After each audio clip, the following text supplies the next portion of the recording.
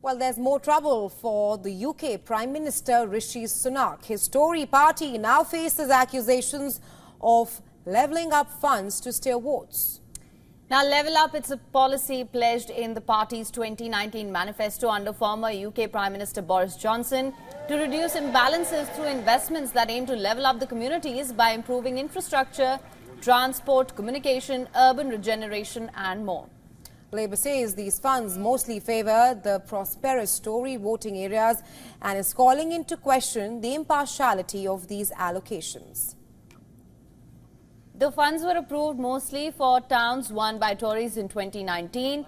Just 8 were awarded to towns in Labour seats. Overall, England received the most money, followed by Yorkshire and the Humber. Labour MPs posed questions over disparity.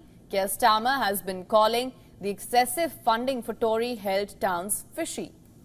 Labour is accusing the Tories of pork barrel politics, a term used when lawmakers get funding for the area in return for voters' support.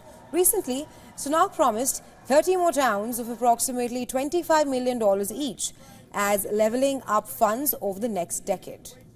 The row is unfolding as the Labour races to its biggest lead in the polls since Liz Truss's premiership. Starmer's party is up 4 points to 45%, while Sunak's Tories are down to 25%.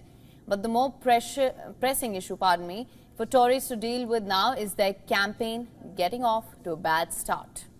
Last weekend, Sunak replaced Shared Prosperity Fund with the EU structural funds for the National Service Scheme for the Young that he plans to enforce if the Conservatives win the elections.